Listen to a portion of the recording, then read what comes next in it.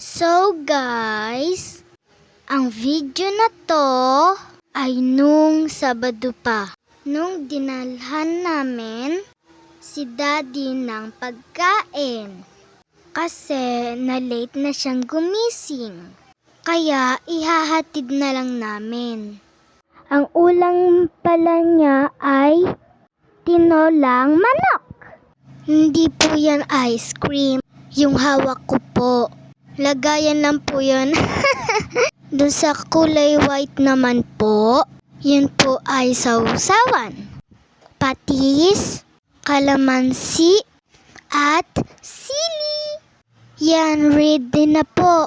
Ang panghuli ay kutsara at tinidor. Hindi pwedeng makalimutan yan. Mahirap kumain ha. Lalo na may sabaw ang ulam. At pagkatapos ko pong maayos ang pagkain ni Daddy, ay nagpalit na din ako ng damit.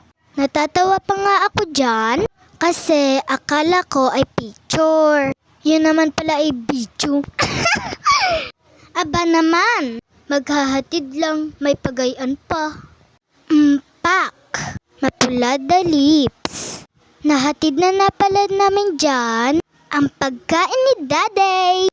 Pauwi na po kami dyan, guys. Layo nakakapagod. Tapos bumalik pa kami dyan. Tapos umuwi na ulit. Aba naman, nakakapagod ha. Napaka-init pa. Pero okay lang. Nung pauwi na po kami, ay dumaan muna ako sa Siomayan. Masarap siya, guys. 25 pesos lang siya, guys. 5 peraso na siya. 5 piso lang pala, guys, ang isa. Nilagyan ko pala ng bawang. Nilagyan na rin pala ni Mami ng kalamansi at ng toyo. Kahit wala ng alamang po yan, ha. Masarap na po yan. Pero nilagyan pa rin ni Mami. Ang hindi ko lang po nilagay dyan, guys, masyado namang share ni Mami ang aking ulo. Ang akala ko pala dyan, guys, sa bahay ko kakainin. Pero hindi pala. Kaya ako ay bumalik, guys. Nauutal na nga. Alam nyo ba, guys, habang nagvo-voice over ako, ay naglalaway ako dito.